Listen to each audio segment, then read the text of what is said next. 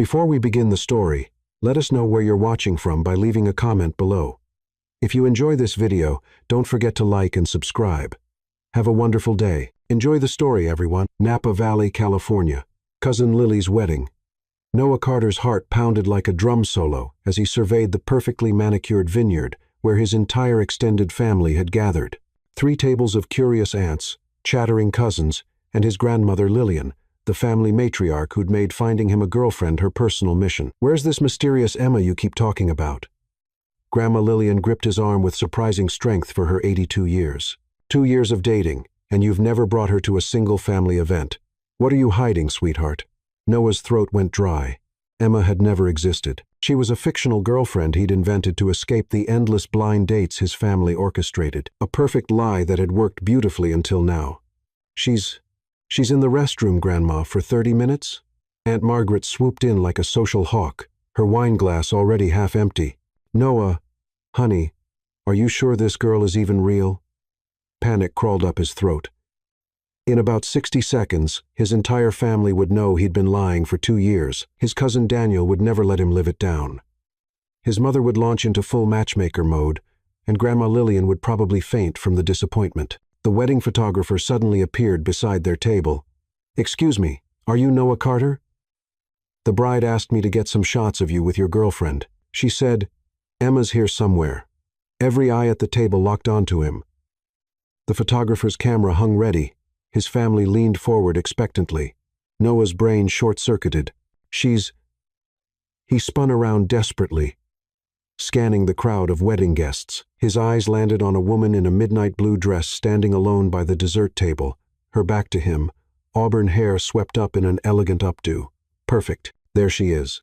Before rational thought could stop him, Noah strode across the reception area with the confidence of a man who definitely knew what he was doing and absolutely wasn't about to make the biggest mistake of his life. The woman was reaching for a mini cheesecake when he approached from behind.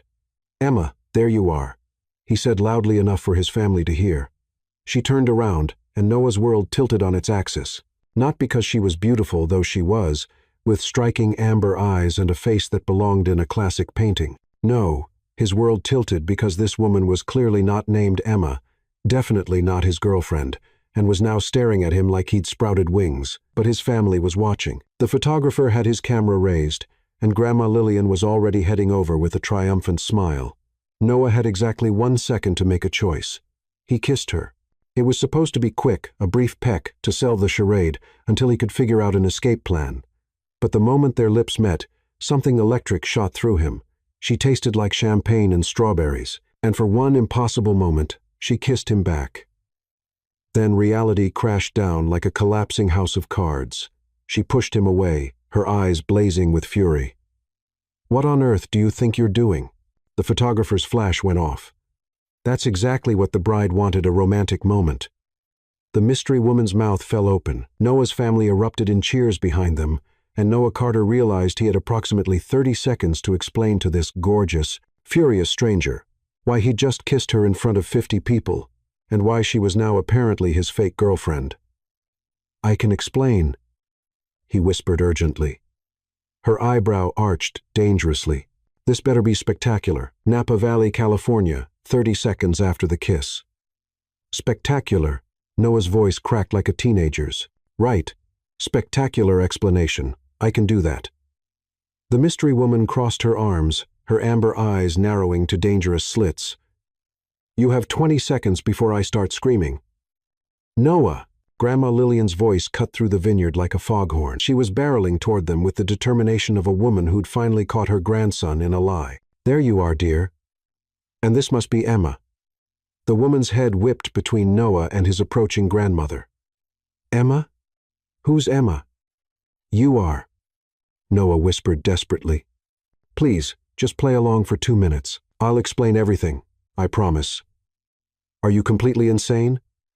"Probably," he admitted. "But my grandmother has a weak heart, and if she finds out I've been lying about having a girlfriend for 2 years, she might actually—" "Emma, sweetheart." Grandma Lillian reached them, moving faster than Noah had seen her move since her hip replacement. She immediately pulled the stunned woman into a bone-crushing hug. "Oh, you're even more beautiful than Noah described. though he certainly undersold those gorgeous eyes of yours. The woman, definitely not Emma, stood frozen in his grandmother's embrace, her gaze shooting daggers at Noah over Lillian's silver hair. Thank you, Mrs. Lillian dear, just Lillian. We're practically family. His grandmother stepped back, beaming. Now, I have to ask, when is this grandson of mine going to put a ring on your finger? 2 years is long enough to know, don't you think? Noah watched the color drain from Emma's face. This was going from bad to catastrophic. Actually, Grandma, we're taking things slow. Slow? Aunt Margaret appeared like a heat-seeking missile, wineglass in hand. Honey, at your age, slow is how you end up alone with cats. Emma, sweetie, you need to light a fire under this boy. A fire?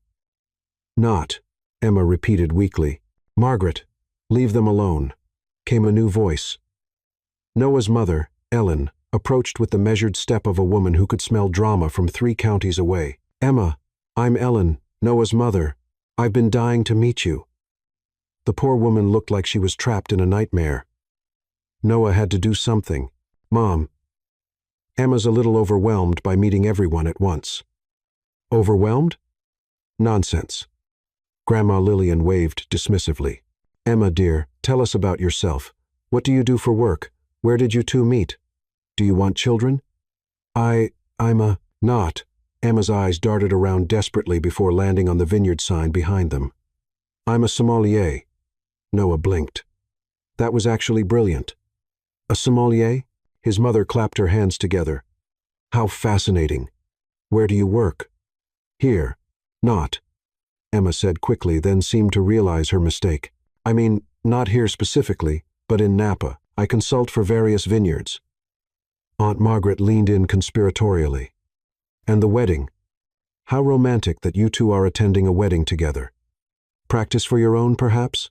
The woman's composure finally cracked. Look, I think there's been a misunderstanding. No misunderstanding at all. Grandma Lillian beamed. Young love is beautiful, though. I do think it's time we got that engagement announcement, don't you, Ellen? Noah's mother nodded enthusiastically. I couldn't agree more, Emma. You'll have to come to Sunday dinner next week. The whole family will want to meet you properly. Sunday dinner? Not. Emma repeated faintly. With the whole family, Aunt Margaret added helpfully.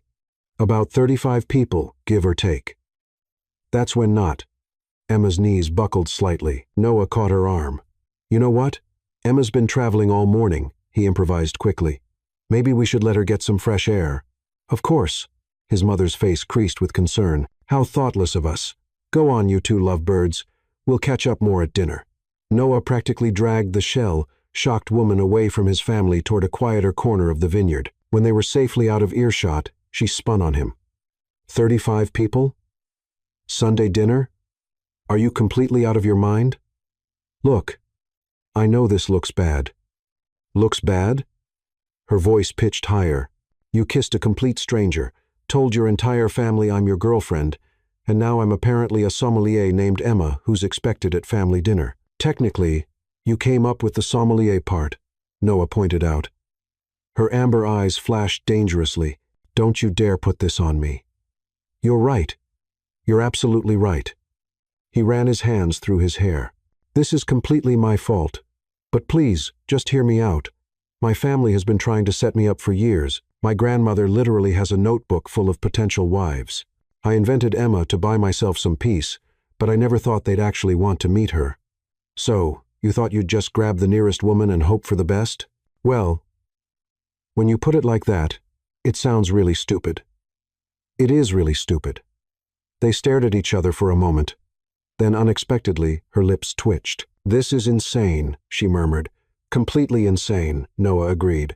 But would you consider helping me out just for today? I swear I'll figure out a way to get you out of this without embarrassing either of us. She studied his face for a long moment. What's your real name? Noah Carter. And you're definitely not Emma. Definitely not. I'm Emma Lou, she paused. And I can't believe I'm even considering this, but your grandmother seems really sweet. She is. She just wants me to be happy. And lying to her makes you happy? Noah winced. No, it makes me temporarily less miserable. There's a difference. Despite herself, Emma almost smiled. You're terrible at this. At what? Being charming. Most guys who randomly kiss strangers at weddings are at least good at talking their way out of trouble. Would you believe me if I said this was my first random stranger kiss? Actually, yes. You look like you're about to throw up. They stood there in the fading California sunlight, surrounded by the gentle hum of wedding festivities and the distant laughter of his family. Noah realized he was holding his breath. So, Emma said finally, tell me about Emma. Napa Valley Vineyard, under the string lights. Noah stared at Emma, trying to figure out where to begin, explaining 2 years of elaborate fiction. The wedding reception continued around them, string lights casting a warm glow over the vineyard as couples swayed to a jazz quartet. Emma, he said finally, is supposedly a pediatric nurse from Portland. She has a rescue dog named Muffin, makes the world's best chocolate chip cookies, and is allergic to shellfish. Emma's eyebrows rose. You've really thought this through. I had to. My family asks follow-up questions. Noah loosened his tie, feeling the weight of his deception. She volunteers at animal shelters on weekends, loves hiking, and has a small scar on her left hand from a childhood accident involving a bicycle and a very unfortunate fence. Wow, that's incredibly specific. My cousin Daniel is a detective. He notices details. They were interrupted by the sound of clapping as the bride and groom took the dance floor for their first dance. The crowd gathered around, and Noah felt Emma stiffen beside him as his family spotted them again. There they are. Grandma Lillian waved them over. Come on, you two. Family photos. Before either could protest, they were swept into the crowd of Carter family members assembling for pictures. Noah found himself with Emma pressed against his side, her hand resting lightly on his chest as the photographer arranged them. Act natural, she whispered through her smile. I don't remember what natural feels like anymore, he whispered back. Big smile, Emma, called out Uncle Frank, Noah's father's brother, who had the unfortunate habit of speaking in exclamation points. Welcome to the crazy Carter clan. Emma's smile brightened automatically. Thank you. Everyone's been so welcoming. The photographer snapped away while Noah marveled at how easily she slipped into the role. She laughed at Uncle Frank's terrible jokes, complimented Aunt Margaret's dress, and even managed to look genuinely interested when his teenage cousin Ryan started explaining his latest video game obsession. She's perfect for you, Grandma Lillian whispered to Noah during a brief lull. Don't you dare let this one get away. Guilt twisted in his stomach like a knife. Grandma, I mean it, Noah. That girl looks at you like you hung the moon, and you light up like a Christmas tree when she smiles. That's the real thing, sweetheart. Noah glanced at Emma, who was now deep in conversation with his mother about wine pairings. She was animated, gesturing with her hands, completely at ease despite the insane situation they were in. When she laughed at something his mother said, the sound sent an unexpected flutter through his chest. May I have everyone's attention? The bride, Lily, appeared with a microphone, glowing in her wedding dress. I wanted to thank everyone for being here to celebrate with Nathan and me. But I have a special announcement. The crowd quieted, glasses raised expectantly. Some of you might not know this, but my cousin Noah has been hiding his girlfriend from us for 2 years. Lily beamed at them. But tonight, we finally get to meet the famous Emma. Noah, bring her up here. Noah's blood turned to ice water. Emma went very still beside him. Come on, Lily continued, oblivious to their panic. I want everyone to meet the woman who finally tamed my workaholic cousin. The crowd began chanting, Emma, Emma. And suddenly, there was no escape. Uncle Frank was literally pushing them forward, and Emma shot Noah a look that clearly said, You owe me big time for this. They found themselves on the makeshift stage next to Lily, facing a sea of expectant faces. The microphone appeared in Emma's hand. Hi, everyone, she said, her voice only slightly shaky. I'm Emma, and I have to say, Noah's told me so much about all of you that I feel like I already know you. Tell us how you two met, someone called out. Emma glanced at Noah, panic flickering in her eyes. He stepped closer, taking the microphone.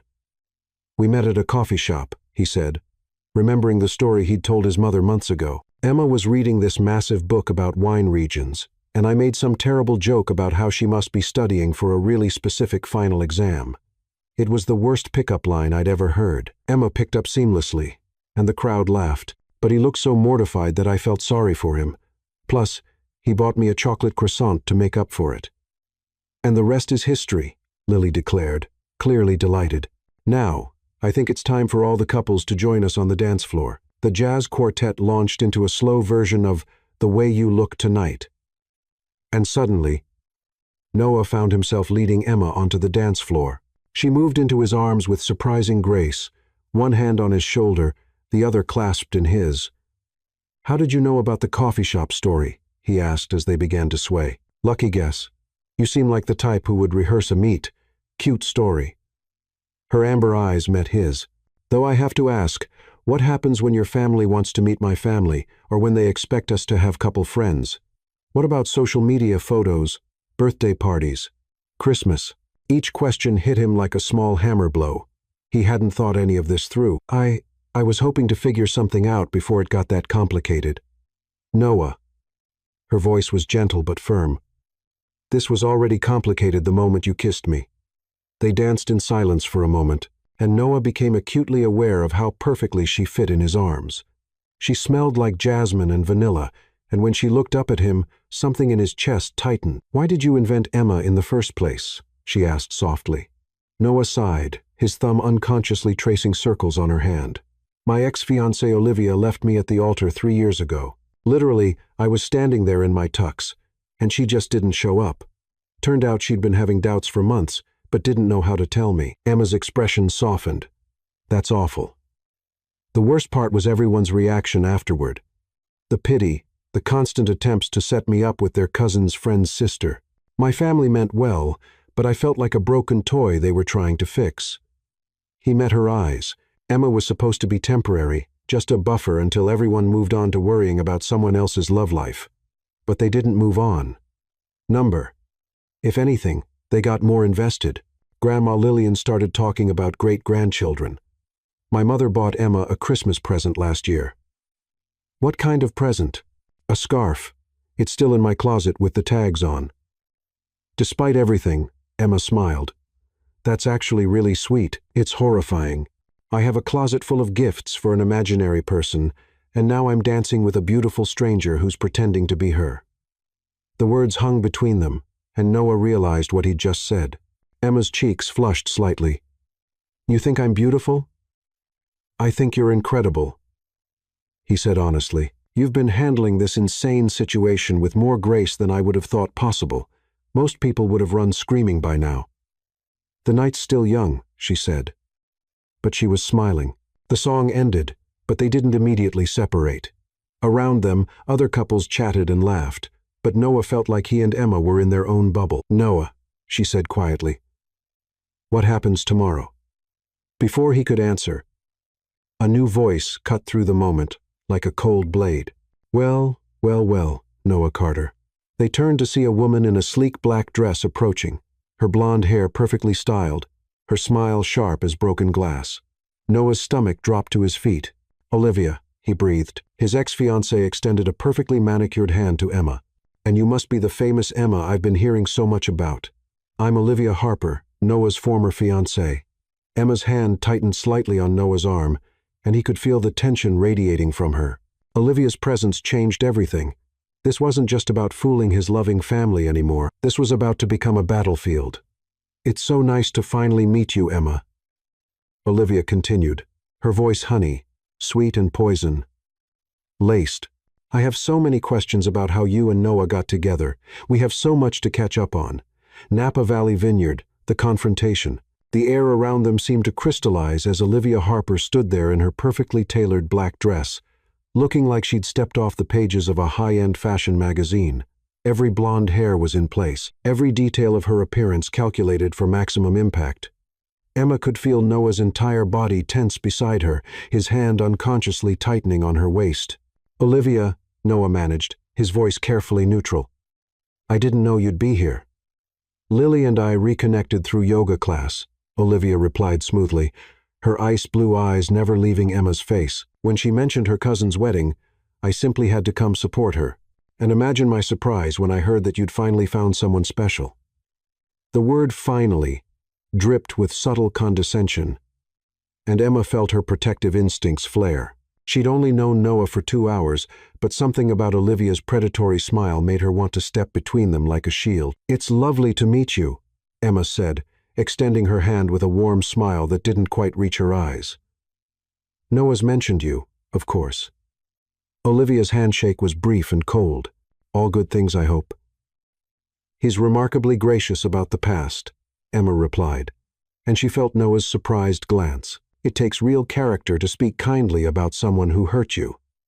A flicker of something dangerous passed through Olivia's expression before she recovered her perfect composure. "Heard him. Oh, my dear, I think there's been some miscommunication about what happened between us." "Ladies," Noah interjected quickly, "maybe we should—" "No, no." Olivia waved a dismissive hand. "Emma deserves to know the truth about her boyfriend's past, don't you think? After all, honesty is so important in a relationship." The irony wasn't lost on any of them, but Olivia continued blindly on. "You see, Emma, Noah and I simply realized we wanted different things. I was ready for adventure, for growth, for expanding my horizons. But Noah," she tilted her head sympathetically, "well, he's always been more comfortable with routine, predictability. Some might say he's afraid of taking real risks." Emma felt a surge of indignation on Noah's behalf. Taking risks like kissing a complete stranger at a wedding reception? The words were out before she could stop them, and she immediately regretted the implication. But Olivia's eyes sharpened with interest. "How wonderfully spontaneous, though. I have to say, Emma, you look remarkably familiar. Have we met before? You remind me of someone." Noah's panic was almost palpable now. "Olivia, I think." "Oh!" Olivia snapped her fingers, her face lighting up with false recognition. "I know exactly who you remind me of. There's a sommelier at this darling little wine bar in San Francisco who looks just like you. Emma something? Liu, I think. She does private tastings for our firm sometimes." The blood drained from Emma's face. Of all the impossible coincidences in the world, Olivia actually knew who she was. "How interesting," Olivia continued, watching Emma's reaction like a cat with a cornered mouse. "She's quite talented, actually. Specializes in Burgundian wines, if I remember correctly. Such a small world, isn't it?" Emma's mind raced. Denial would be pointless now. Olivia clearly recognized her, but admitting the truth would destroy Noah in front of his entire family. She could see them out of the corner of her eye, Grandma Lillian chatting happily with other relatives, completely unaware that their perfect evening was about to implode. "Olivia," Noah said quietly, a warning in his voice. "What are you doing?" "Just catching up with old friends and making new ones," Olivia replied innocently. "Though I am curious about one thing, Emma. How exactly did a professional sommelier from San Francisco end up being Noah's girlfriend from Portland? That's quite a commute for a relationship." The moment stretched like a taut wire.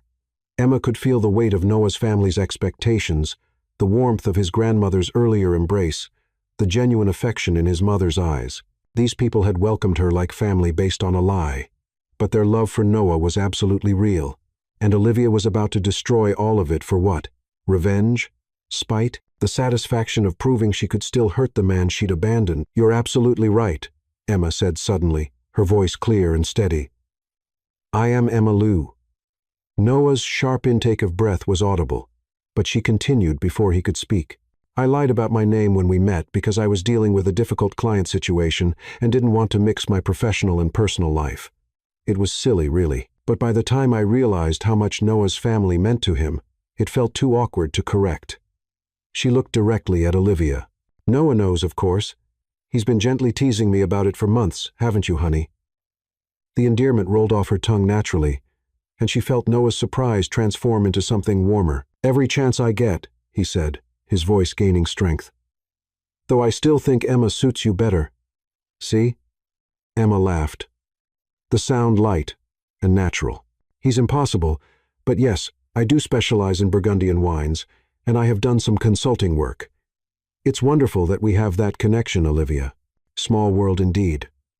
Olivia's perfect composure cracked slightly. She'd clearly expected her revelation to cause more damage. "How convenient," she said slowly. "And you currently live in Portland?" "Actually, I've been spending more and more time here in California, Emma improvised smoothly. Noah's been very patient with my somewhat nomadic lifestyle. The wine industry keeps me traveling quite a bit. Nomadic, Olivia repeated, and Emma could practically see the wheels turning in her head. How exhausting that must be for your relationship. All that distance, all those opportunities to meet new people. The implication was clear, and this time Noah stepped forward. Olivia, that's enough. I'm just concerned for you, darling. Olivia's voice dripped with false sympathy. Long-distance relationships are so challenging. The temptation, the loneliness, I'd hate to see you get hurt again. The only person who ever hurt me, Noah said quietly, is standing right in front of me, and I got over that a long time ago. Something flickered across Olivia's face, surprise, perhaps even hurt. For a moment, her perfect mask slipped, and Emma caught a glimpse of something vulnerable underneath. Noah, number. His voice was firm but not unkind. You made your choice 3 years ago. You decided I wasn't enough, that our life together wasn't enough. And you know what? You were probably right. We weren't right for each other. He turned to Emma, and the warmth in his eyes took her breath away. But this, he gestured between them.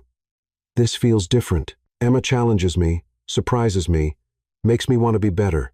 She sees possibilities I never considered, and makes even ordinary moments feel like adventures. As he spoke, Emma realized with a jolt that he wasn't just performing for Olivia anymore. There was something real in his voice, something that made her heart skip erratically. That's lovely, Olivia said, but her voice had lost its sharp edge. I'm sure you'll be very happy together. The dismissal was clear, but as she turned to leave, she paused and looked back at Emma. You know, I really do hope things work out for you two. But Emma, her voice softened almost imperceptibly. Be careful. Noah has a tendency to fall in love with the idea of someone rather than who they really are. Just make sure he's seeing the real you. With that cryptic warning, she melted back into the crowd, leaving Noah and Emma standing alone on the edge of the dance floor. They stood in silence for a moment, the weight of what had just happened settling between them. I'm sorry, Noah said finally. I should have warned you that she might be here. I should have... Stop, Emma placed a gentle hand on his arm. You don't need to apologize for her behavior, but what she said about the name thing about recognizing you was handled. Emma met his eyes. We're okay. Your family still thinks we're the perfect couple, and Olivia's little power play backfired. Yeah, but... Noah paused, studying her face. Why did you do that? You could have let her expose everything. It would have gotten you out of this mess. Emma considered the question seriously. Why had she protected him? Why had she cared more about his family's feelings than her own escape route? Your grandmother bought Emma a Christmas scarf, she said softly. That kind of love, it deserves protecting. Noah's expression grew tender. Emma, he began, but she added quickly, trying to lighten the moment. Plus, Olivia was really getting on my nerves. There's something deeply satisfying about disappointing a mean girl. That earned her a genuine laugh, and the tension between them eased. Dance with me again? He asked, extending his hand. Are you sure you can handle another slow song without Olivia swooping in to cause more drama? I'm willing to risk it if you are. As they moved back onto the dance floor, Emma became acutely aware that something had shifted between them. The desperate panic of their earlier interactions had been replaced by something warmer, more genuine. When Noah pulled her close this time, it didn't feel like an act. What she said at the end, Emma said quietly as they swayed to the music. About you falling in love with ideas rather than reality. Was there truth in that? Noah was quiet for so long that Emma thought he might not answer. Maybe, he admitted finally. With Olivia, I think I was more in love with the idea of being engaged, of having everything figured out, than I was with her specifically. When she left, it wasn't just heartbreak. It was this terrible realization that maybe I'd been living in a fantasy. Is that why you created Emma? Another fantasy?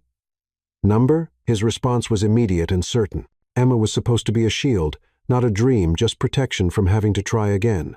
They danced in comfortable silence, and Emma found herself studying his face in the soft vineyard lighting. There were laugh lines around his eyes, a small scar on his chin that spoke of childhood adventures, a gentleness in his expression that suggested he was exactly the kind of man who would buy Christmas presents for an imaginary girlfriend rather than disappoint his grandmother.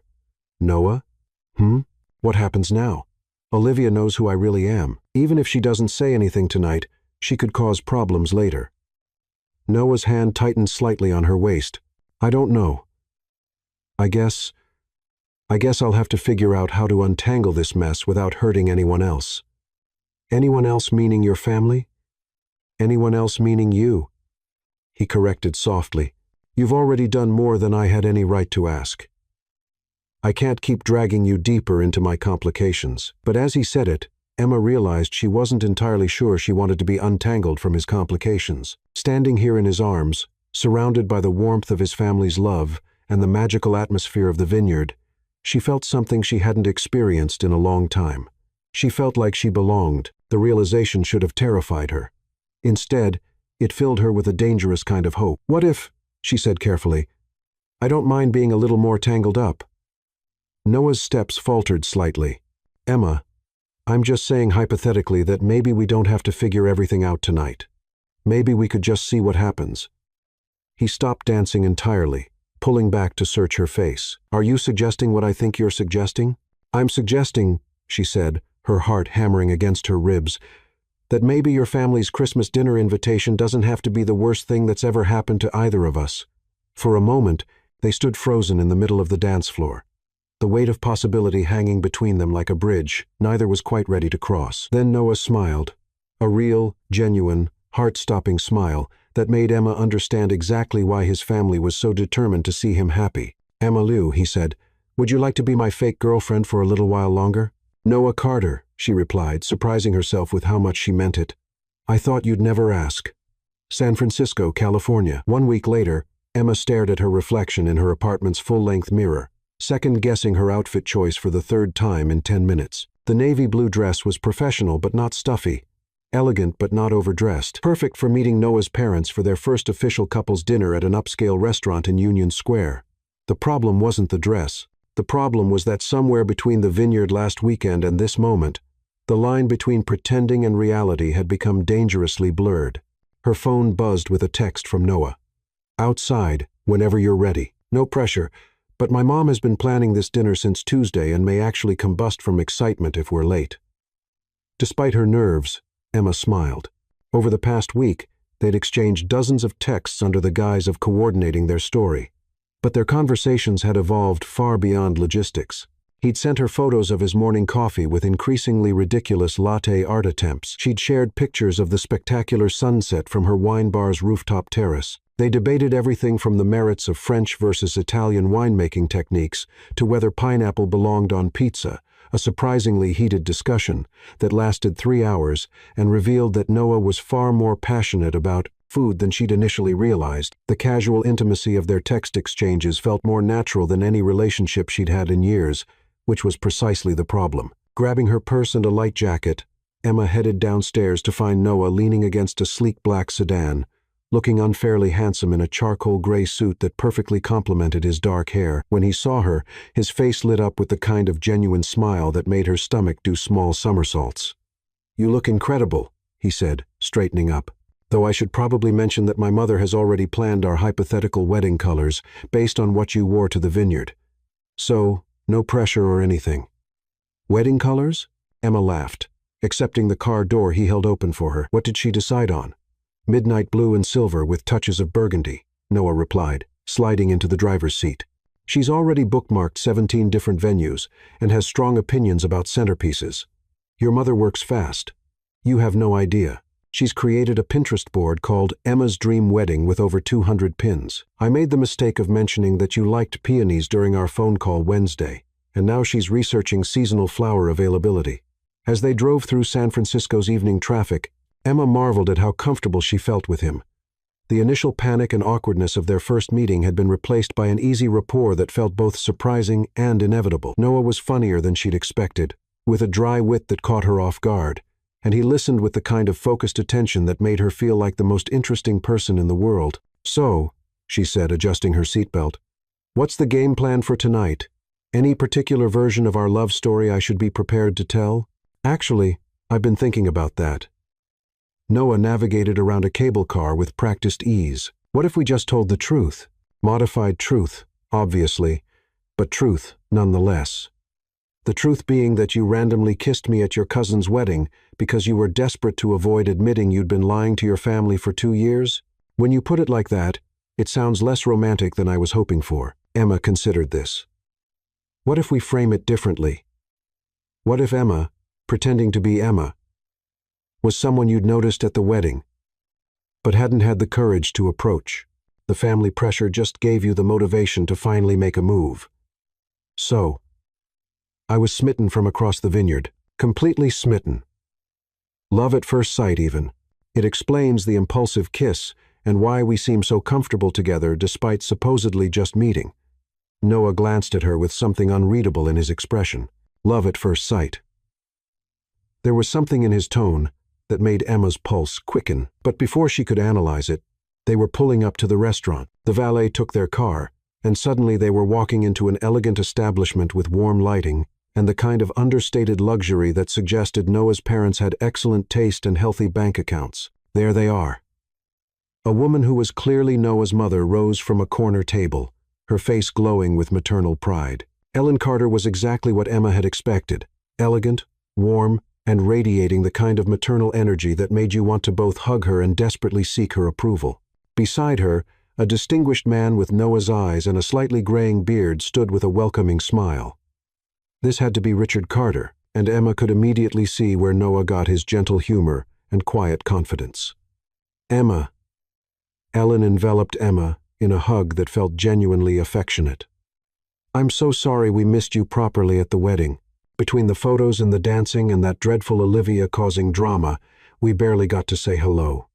It's wonderful to see you again, Mrs. Carter, Emma replied, surprised by how natural the words felt. Ellen, please. We're practically family now. Ellen's eyes sparkled as she looked between Emma and Noah. Richard, doesn't she look lovely? Beautiful, Richard agreed, shaking Emma's hand with a firm, warm grip. And please call me Richard.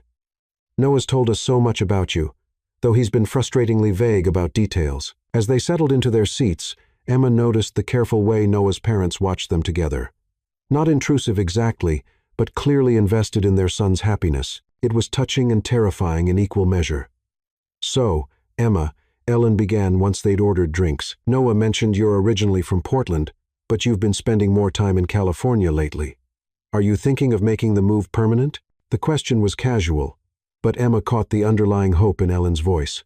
These people wanted their son to be happy so desperately that they were already emotionally investing in a relationship that was fundamentally a lie. I'm definitely considering it, Emma replied carefully. My work gives me flexibility, and California has been growing on me. What specifically about California? Richard asked. The weather? The wine country? The company? His eyes twinkled with fatherly mischief, and Emma felt herself relaxing despite the complicated circumstances. Definitely the company, she said, glancing at Noah, though the wine country doesn't hurt either. Speaking of which, Ellen leaned forward conspiratorially. We were hoping you might help us plan a little surprise for Noah's birthday next month. He's been so stressed with work lately, and we thought a weekend getaway might be nice. Maybe somewhere in Sonoma County. Emma's heart sank. Noah's birthday was next month, and they were already planning celebrations that included her. The web of deception was expanding beyond anything she'd anticipated. That sounds wonderful, she managed. Though I should probably check my schedule. Already done, Noah interjected smoothly, his hand finding hers on the table. I may have mentioned to Emma that my birthday weekend was sacred family time. She's been looking forward to it for weeks. The casual way he lied to his parents should have bothered her, but instead, Emma found herself admiring his quick thinking. His thumb traced gentle circles on her knuckles, and she wondered if the gesture was for his parents' benefit or if he was as nervous as she was. Perfect. Ellen clapped her hands together. We were thinking of renting a house near Healdsburg, something with a kitchen so we can cook together. Maybe a hot tub for relaxing. Very low-key and family-oriented. Emma loves cooking, Noah added, apparently deciding to improvise wildly. She makes this incredible risotto that's basically life-changing. Emma shot him a look that she hoped conveyed, "We are going to have a serious conversation about my supposed culinary skills later," but smiled at his parents. "I do enjoy cooking, though I think Noah might be overselling my abilities." "Nonsense," Richard said. "Any woman who can capture our son's attention for more than 5 minutes clearly has exceptional talents. He's been impossible to pin down for family dinners since college." "Dad," Noah protested, but he was smiling. "It's true. Remember Sarah from your marketing department? Lovely girl. Well, we liked her immediately, but you canceled 3 family dinners in a row because you were too busy with projects. Sarah was nice," Noah agreed, "but we didn't have much in common. And Jennifer, the lawyer from your building? Beautiful, successful, great sense of humor. Who talked exclusively about her workout routine and her Pilates instructor's philosophical insights on chakra alignment." Noah finished. "Not exactly stimulating conversation." "But with Emma," Ellen observed, "you haven't missed a single family call in 2 weeks. You actually seem excited to talk about your relationship instead of deflecting every question with work talk." The observation hit closer to home than Emma expected. She had noticed that Noah seemed more relaxed when they talked, more open than she'd imagined he would be with someone he'd known for such a short time. Their conversations flowed with an ease that felt both effortless and rare. "Maybe I'm just finally ready to prioritize the right things," Noah said, his eyes meeting Emma's with an intensity that made her forget they were pretending. "Well, whatever the reason." Richard raised his wine glass. "We're thrilled to see you so happy. To Noah and Emma, may this be the beginning of something wonderful." As they clinked glasses, Emma felt the weight of their expectations and genuine affection settling over her like a warm, suffocating blanket. These people loved their son so much that they were prepared to love her too, based on nothing more than his happiness and a handful of carefully constructed lies. The conversation flowed easily through dinner. Ellen and Richard were natural storytellers, sharing embarrassing childhood stories about Noah that made him groan and Emma laugh until her sides ached. They asked thoughtful questions about her work, her family, her interests, treating her like a beloved future daughter-in-law rather than a stranger they'd just met. "You know," Ellen said as they shared dessert, "I have to confess something. When Noah first told us about you, I was a little worried that you might be too good to be true. After Olivia, he was so closed off, so determined to avoid any emotional risk. But watching you two together, seeing how naturally you complement each other," she paused, her eyes growing slightly misty, "it gives me hope that he's finally found someone who sees him the way we do." "And how is that?" Emma asked softly. "Has someone worth taking a chance on?" Richard replied simply. The sincerity in his voice hit Emma like a physical blow. She excused herself to the restroom, needing a moment to collect herself away from the overwhelming warmth of their acceptance. In the elegant bathroom, she stared at her reflection and tried to process the emotional whiplash of the evening. These people weren't just welcoming her, they were investing in her, planning futures that included her, treating her like family. And the most terrifying part was how much she wanted to deserve their faith. When she returned to the table, she found Noah alone, his parents having stepped outside to call his grandmother with an update on the dinner. "You okay?" he asked immediately, studying her face with concern. "You looked a little overwhelmed." "Your parents are wonderful," she said, sliding back into her seat. "They're also completely convinced that we're the real deal." "I know." Noah's expression was troubled. "They're already talking about Christmas plans and vacation houses and—" He trailed off, running a hand through his hair. "This is getting complicated fast." "Complicated how?" "Complicated because I'm starting to forget that this is supposed to be fake." The admission hung between them like a confession, and Emma felt her pulse accelerate. She opened her mouth to respond, but Ellen and Richard returned to the table, their faces glowing with grandmotherly reports and family updates. "Grandma Lillian wants to know when you're bringing Emma to her famous Sunday brunch," Ellen announced. "Apparently, she's been bragging to her bridge club about Noah's girlfriend and needs photographic evidence to back up her claims." "Sunday brunch?" Emma repeated weakly. "Oh, it's wonderful," Richard assured her. "Lillian makes these incredible blueberry pancakes, and the whole extended family comes by throughout the morning. Very casual, very chaotic, very large." "How large are we talking?" Noah asked suspiciously. "Well, last week we had about 25 people," Ellen said cheerfully. But that was a quiet Sunday. This weekend, Uncle Frank mentioned that his kids might drive up from Los Angeles. And you know how word spreads once the cousins start calling each other. So, potentially 40 people, Noah translated. Potentially, Richard agreed. But they'll love Emma. Everyone's been dying to meet her. As they said their goodbyes outside the restaurant, with Ellen extracting promises about Sunday brunch and Richard insisting on paying the check despite Noah's protests, Emma felt like she was being drawn deeper into a warm, loving current that was becoming impossible to resist. In the car afterward, they drove in contemplative silence through the city lights. 40 people, Emma said finally. 40 people, Noah confirmed. Your grandmother's house, presumably with more photo opportunities and family interrogations, and we're supposed to be madly in love. Madly, Noah agreed. Completely, hopelessly, head over heels in love. They stopped at a red light, and he turned to look at her in the glow of the streetlights. His expression was serious, almost vulnerable. Emma, what are we doing? It was the question she'd been avoiding all week.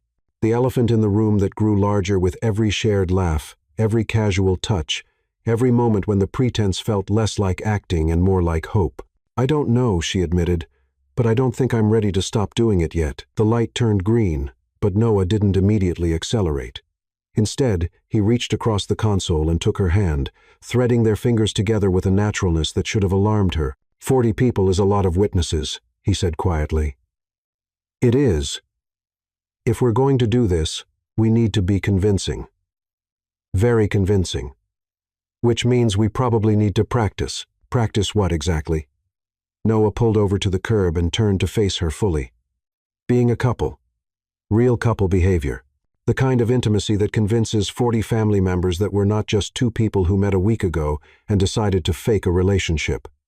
Emma's heart hammered against her ribs. What kind of practice did you have in mind? Instead of answering immediately, Noah reached up and tucked a strand of hair behind her ear, his fingertips trailing along her jawline. The gesture was tender, intimate, exactly the kind of casual affection that long-term couples shared without thinking. We need to be comfortable touching each other, he said softly. Comfortable with casual intimacy, comfortable enough that it looks natural instead of rehearsed. That makes sense, Emma managed, acutely aware of how his hand was still cupping her face. And we need to develop the kind of shorthand that couples have inside jokes, shared looks, the ability to communicate without words. Also practical. And we probably need to know more about each other. Real things, not just the fictional details we've been improvising, such as the fact that you get this little wrinkle between your eyebrows when you're thinking hard about something, Noah said, his thumb gently smoothing the spot he'd mentioned, or that you twist your hair around your finger when you're nervous, or that you have a tiny scar on your chin that's almost invisible, unless you're sitting close enough to notice it. Emma's breath caught. You've been paying attention. I've been trying not to, he admitted, but you're not exactly easy to ignore. The space between them seemed to shrink, charged with possibility and the weight of unspoken questions. Emma found herself leaning slightly forward, drawn by the warmth in his eyes and the gentle pressure of his hand against her cheek. Noah, yeah. I think we might be in trouble. Good trouble or bad trouble. I'm not sure there's a difference anymore. He leaned closer, and for a moment, Emma thought he might kiss her again. But instead, he rested his forehead against hers, his eyes closing as if he was trying to memorize the moment. 40 people, he whispered. 40 people, she agreed. We better get really good at this fake relationship thing. Really, really good. But as they sat there in the warm car with the city lights painting patterns on the windshield, both of them knew that the line between fake and real had already been crossed.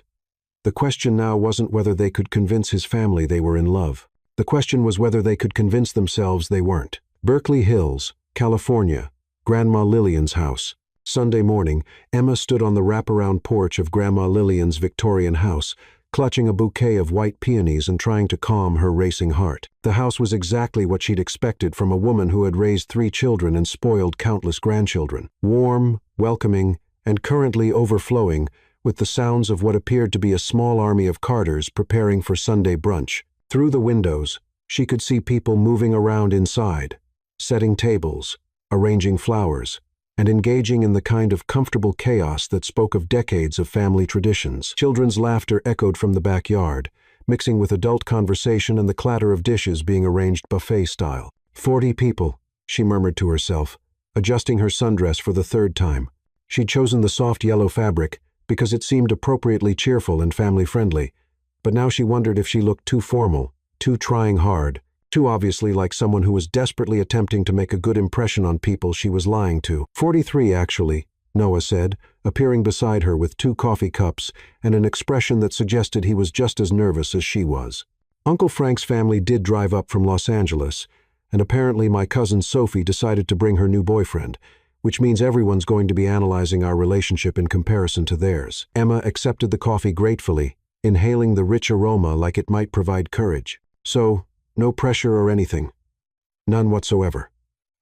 Noah's smile was wry, but she could see the genuine anxiety in his eyes. Though, I should probably mention that my cousin Daniel, the detective, has been asking pointed questions about why he's never met you before, and my teenage cousin Ryan has been researching sommelier certification requirements because he thinks it's suspicious that you know so much about Burgundian vintages. Your family takes their vetting process seriously. My family takes everything seriously, except Uncle Frank's jokes, which everyone politely ignores because he means well but has the comedic timing of a broken metronome. Despite her nerves, Emma laughed. Over the past week, she'd grown to love Noah's dry humor and his ability to find levity in even the most stressful situations. It was one of many things about him that she'd discovered during their careful preparation for this moment: late-night phone calls that stretched for hours, coffee dates disguised as story coordination sessions, and long walks through Golden Gate Park, where they shared increasingly personal details about their lives. She knew now that he was left-handed but had learned to write with his right hand because a kindergarten teacher thought it would be easier. She knew he had a scar on his shoulder from falling out of a tree at age 10 while trying to rescue a neighbor's cat. She knew he made terrible pancakes but incredible scrambled eggs, that he read mystery novels when he couldn't sleep, and that he had a habit of humming absently when he was concentrating, and she was beginning to suspect that she was falling in love with him.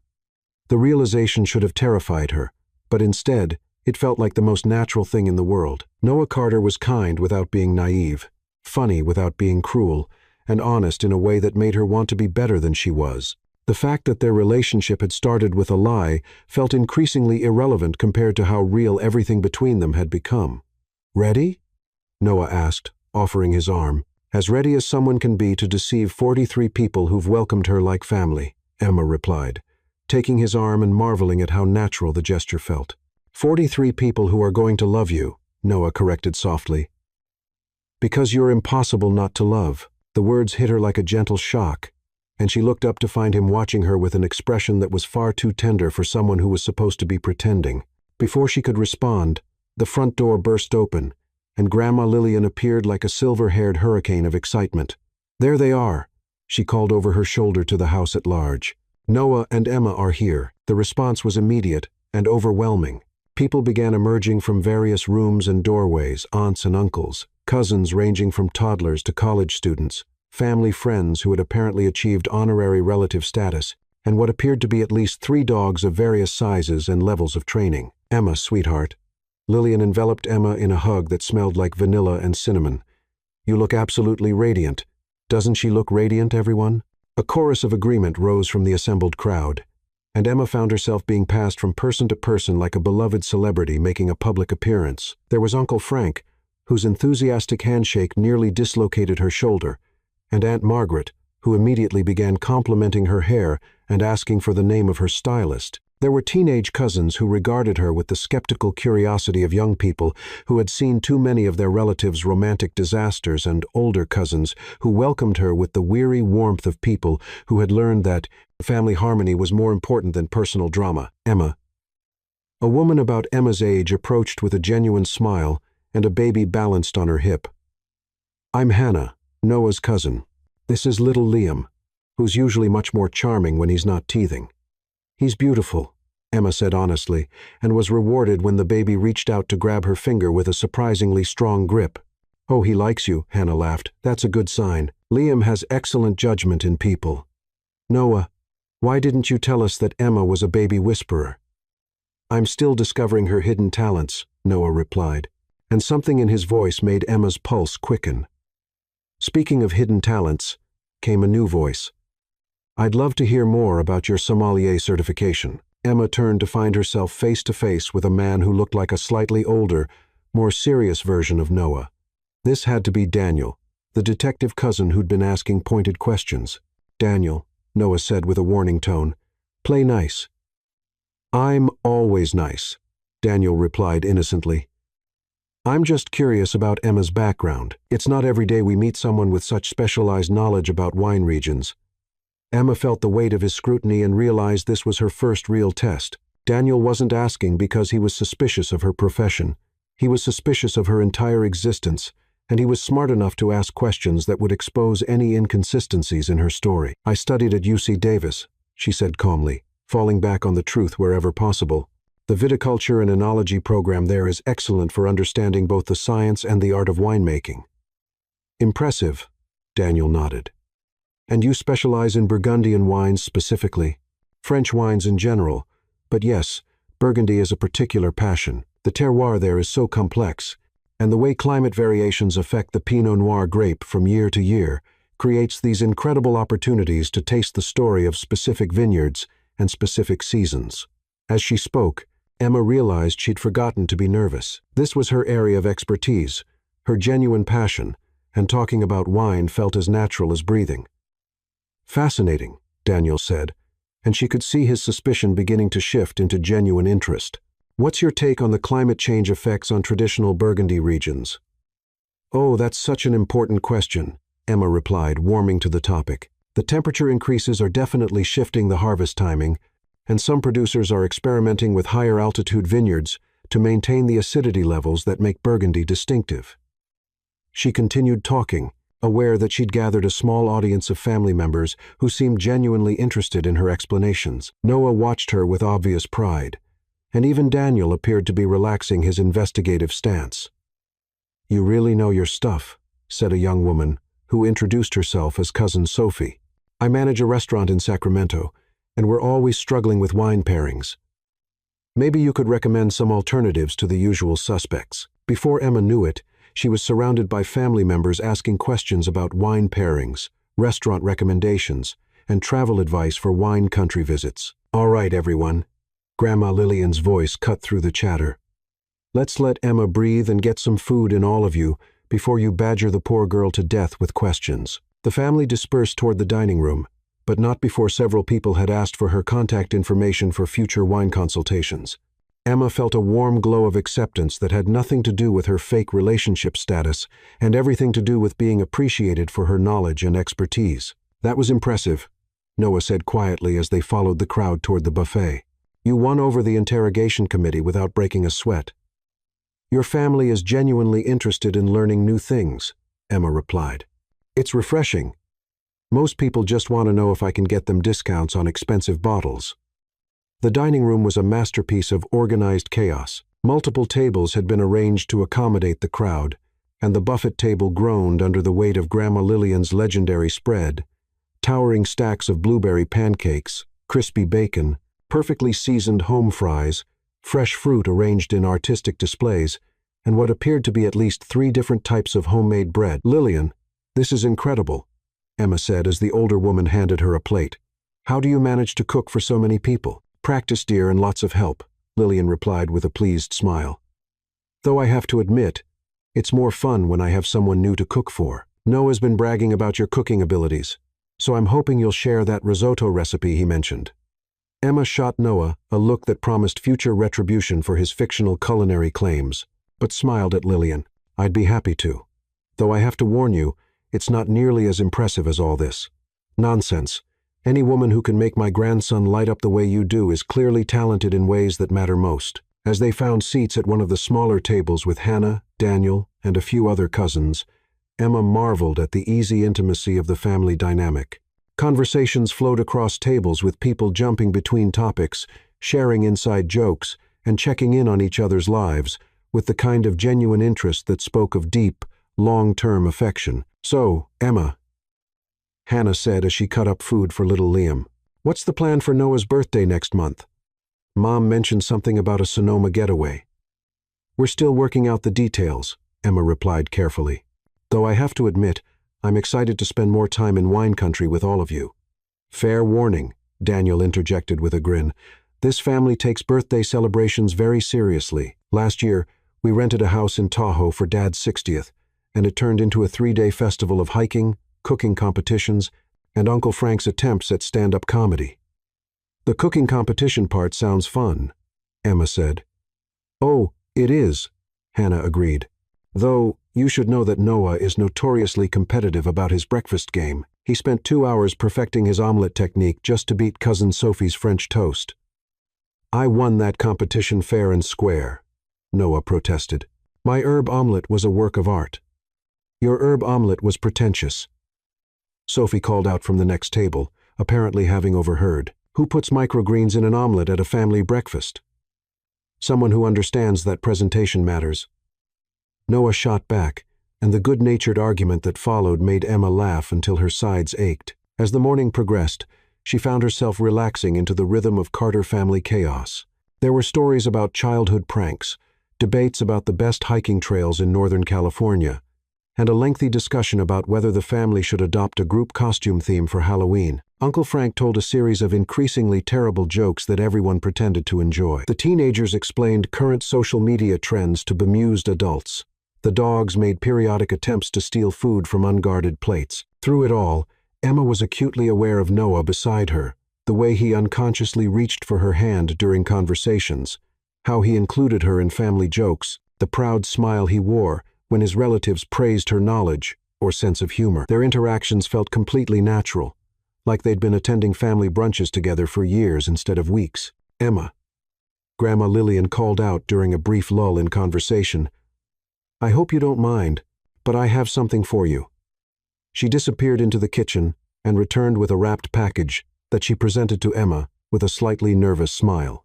It's nothing elaborate, Lillian said, but I saw this and thought of you. Emma unwrapped the package to find a beautiful silk scarf in shades of deep blue and silver with an intricate pattern that caught the light beautifully. It was clearly expensive, clearly chosen with care, and clearly given with genuine affection. Lillian, this is gorgeous, Emma said, her voice slightly thick with emotion. But you didn't need to. Of course I did. Lillian interrupted. You're family now.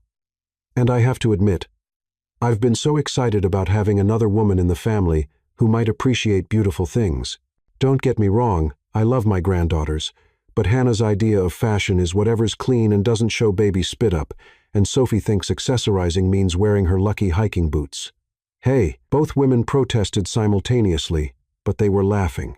Emma held the scarf against herself, feeling the weight of Lillian's generosity and the complexity of accepting a gift that was given under false pretenses. The silk was beautiful, clearly chosen with thought and care, and the gesture felt so genuinely loving that it made her chest tight with emotion. Thank you, she said softly. It's beautiful, and I'll treasure it. Oh, good. Lillian beamed. I was hoping you'd like it, Marcia. Blue is definitely your color. As the conversation resumed around them, Noah leaned closer to Emma, his voice low enough that only she could hear. That's the scarf, he murmured. What scarf? The Christmas scarf she bought for Emma last year. The one that's been sitting in my closet with the tags on. Emma looked down at the beautiful silk in her hands, realizing the full weight of what had just happened. This wasn't just a gift for Noah's new girlfriend. This was a gift that had been waiting for a year, chosen with love for someone who didn't exist, and now given to someone who was pretending to be that fictional person. The irony was almost too much to bear. She's been saving it, Noah continued quietly, waiting for the right moment to give it to you, to Emma. Emma felt tears prick at the corners of her eyes, overwhelmed by the generosity of people who had welcomed her so completely based on nothing more than their love for Noah and their hope for his happiness. Noah, she whispered, I can't keep doing this to them. Before he could respond, the conversation around them shifted to include them again, and the moment for private discussion was lost. But Emma caught the flash of something: panic, relief, understanding in his eyes before he turned back to his family with a smile that didn't quite reach his eyes. The rest of the brunch passed in a blur of increasingly warm interactions. Emma found herself exchanging phone numbers with Hannah for future baby and wine playdates, promising to send Daniel information about wine tours for his upcoming anniversary, and agreeing to help Sophie plan a wine tasting event for her restaurant staff. When Uncle Frank announced that it was time for the traditional post-brunch family photo, Emma found herself positioned in the center of the group, surrounded by people who had accepted her as one of their own. As the photographer, Cousin Ryan, armed with a professional-looking camera, arranged them, Emma felt the weight of 43 people's affection and expectations. "Big smiles, everyone," Ryan called out. "This one's going in the family album." The family album, permanent documentation of her place in their lives.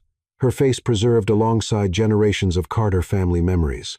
The thought should have terrified her, but instead it filled her with a longing so intense it took her breath away. After the photos, as people began to clean up and prepare for departure, Emma found herself helping carry dishes to the kitchen alongside Ellen and several other family members. The easy domesticity of the moment, washing dishes while chatting about everything, and nothing felt more natural than any relationship she'd ever had. "You know," Ellen said quietly as they worked side by side at the sink, "I haven't seen Noah this happy in years." "He's pretty wonderful," Emma replied honestly. "He is. But more than that, he's himself around you in a way that he wasn't with Olivia. More relaxed, more confident, more complete." Ellen paused in her dish, trying to look at Emma directly.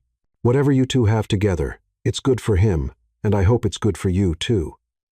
The sincerity in Ellen's voice was almost too much to handle. Emma focused on scrubbing a particularly stubborn pan, using the activity to hide the tears that threatened to spill over. "It is," she managed.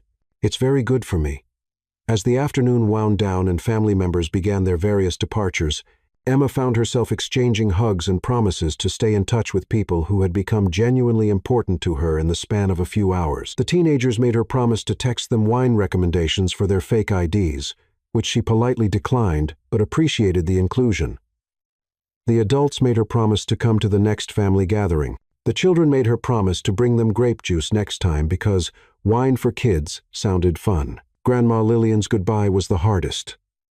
The older woman held Emma close for a long moment, and when she pulled back, her eyes were suspiciously bright. "Thank you," Lillian said quietly, "for making my grandson so happy. I was starting to worry that he'd given up on love entirely after Olivia, but seeing him with you, it gives this old heart hope." "Lillian," Emma began. But the older woman shook her head. "No need to say anything, dear. Just take care of each other, will you? Love like what you two have is precious. Don't let the world make you forget that." As they walked back to Noah's car, both of them were quiet, processing the emotional intensity of the afternoon. The sun was beginning to set, casting long shadows across the Berkeley hills, and the air carried the first hint of evening coolness. "Well," Noah said finally as they got in the car, "that went better than I expected." "Better how?" "No one asked to see our couple's vacation photos. Daniel didn't run a background check. Ryan didn't demand to see your sommelier certification. And Uncle Frank only told 3 truly terrible jokes instead of his usual dozen." Emma managed to smile, but her heart felt heavy with the weight of the day's deceptions. "They love you so much." "They do, and they love you too. They love Emma. They love the idea of Emma. They love what Emma represents for your happiness." Noah was quiet for a moment, navigating the winding road down from the hills. When he spoke again, his voice was careful, measured. "What if Emma and Emma aren't as different as we thought?" "What do you mean?" "I mean, everything they love about Emma, your intelligence, your passion for your work, your ability to fit into our family chaos, your kindness to my grandmother, your patience with Daniel's interrogation, all of that is you. The real you." Emma stared out the window at the passing landscape, her emotions a complicated tangle of hope and guilt and longing. But the foundation is still a lie. "Noah, I'm not your girlfriend from Portland who you've been dating for 2 years. I'm not someone you fell in love with gradually over time. I'm someone you kissed in desperation at a wedding and then convinced to keep lying to your family." "Are you?" he asked quietly. "Am I what? Someone I convinced to keep lying? Or are you someone I'm falling in love with who happens to be helping me navigate the consequences of a lie I told before I met her?" The question hung between them like a bridge neither was quite ready to cross. Emma felt her heart hammering against her ribs, aware that they were approaching a conversation that would change everything between them. "Noah. Because here's the thing, Emma. I started lying about Emma because I was afraid of being vulnerable again. afraid of risking my heart on someone who might decide I wasn't worth the effort. But this week, getting to know you, spending time with you, watching you charm my family and handle Daniel's questions and make my grandmother light up with happiness." He pulled over to the side of the road and turned to face her fully. "I'm not afraid anymore."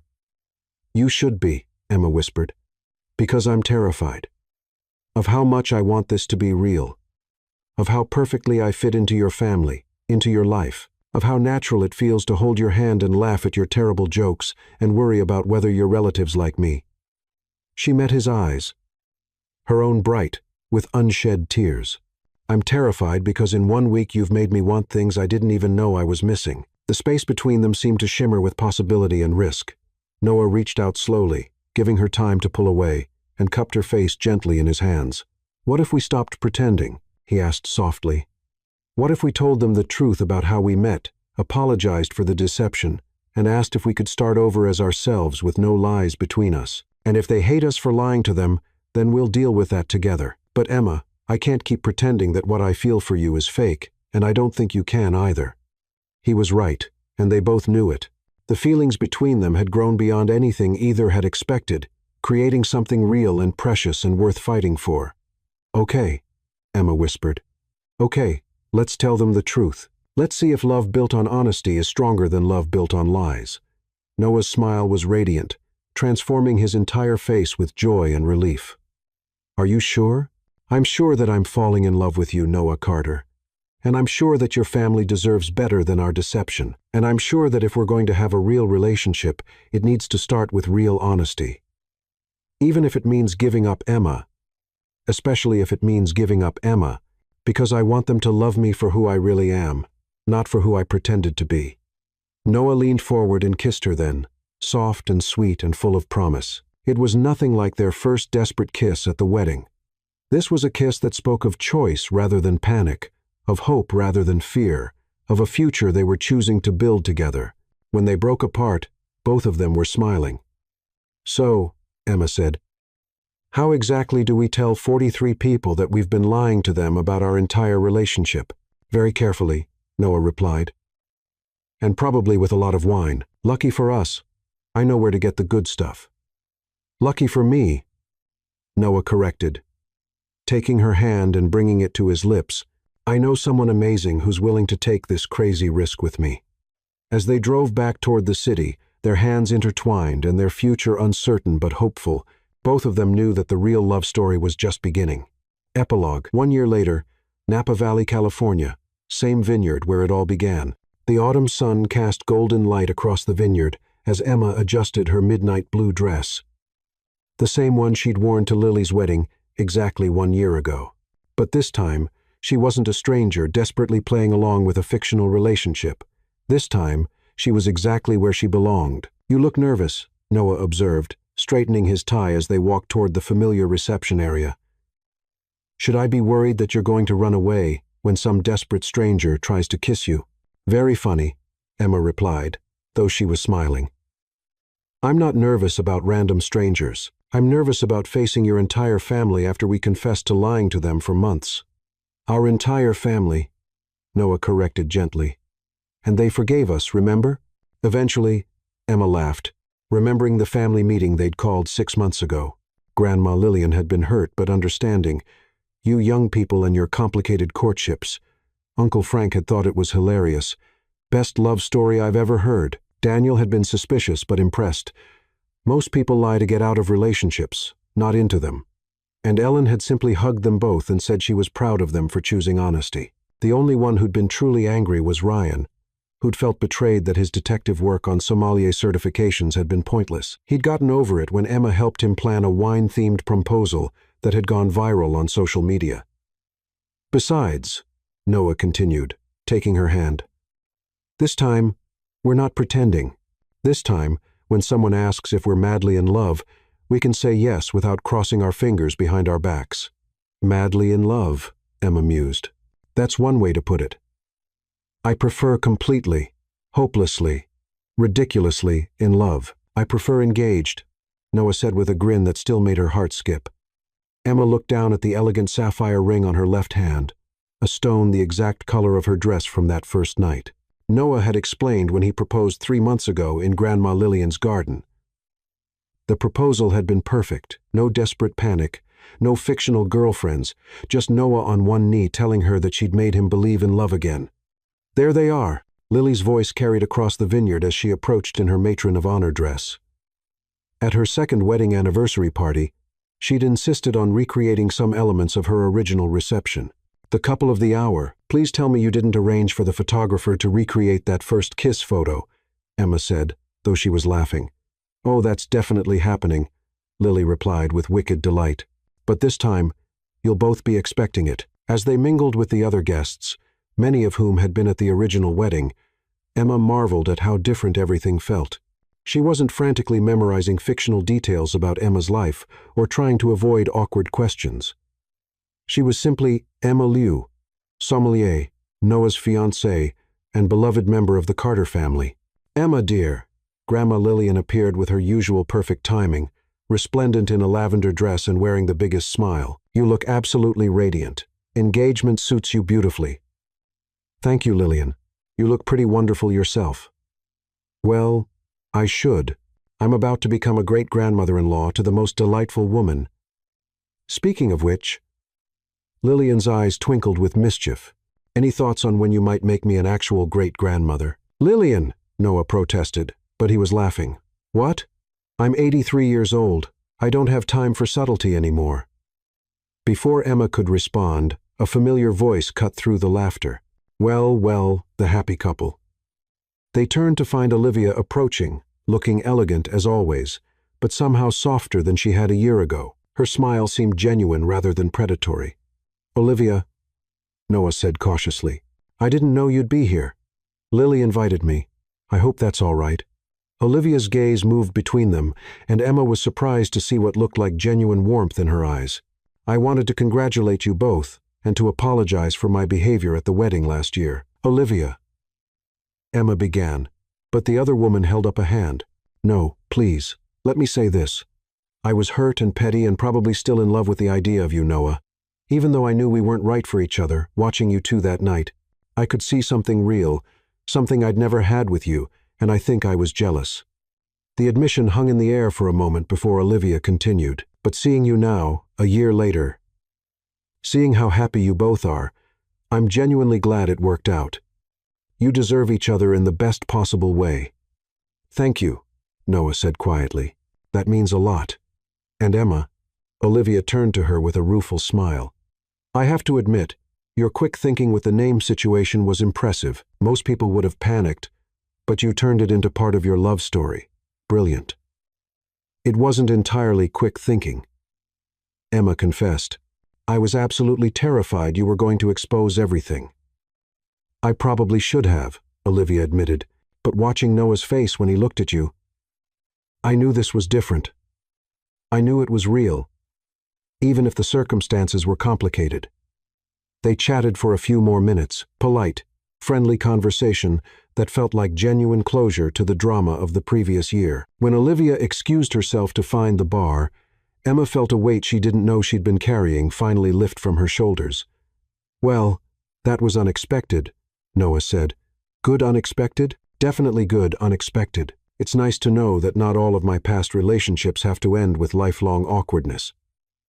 As the evening progressed, Emma found herself surrounded by the same warm chaos of Carter family love that had overwhelmed her a year ago. But this time, she wasn't an outsider desperately trying to fit in. She was home. Uncle Frank told the same terrible jokes, but now Emma groaned along with everyone else instead of politely laughing. Daniel regaled her with stories from his latest cases, trusting her completely after she'd proven her honesty. Hannah's baby Liam, now a toddler, demanded to be picked up by Aunt Emma every time he saw her. Ryan showed her his latest photography work and asked for advice on college applications. "Ladies and gentlemen," the DJ announced as the sun began to set, "I'd like to invite all the couples to the dance floor for a special song."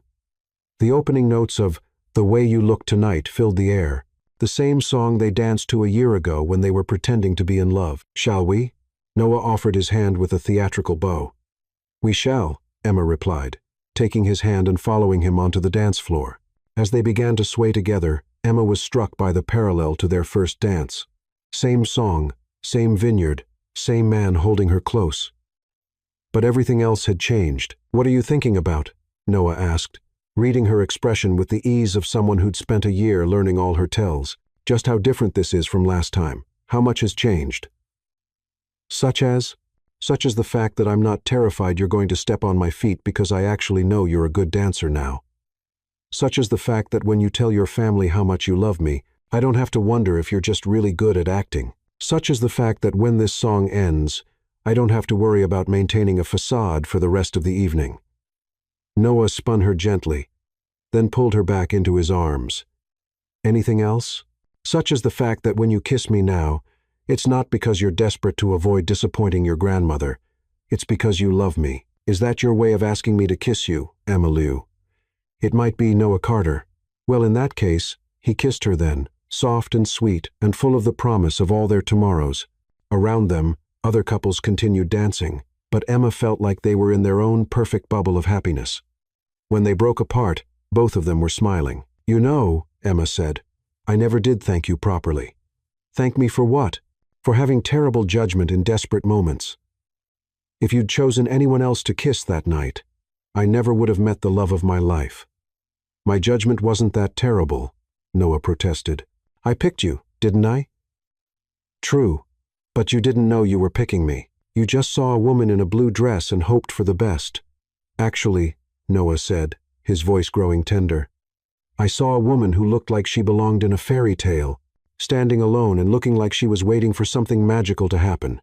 I may have been desperate, but I wasn't blind." "Something magical?"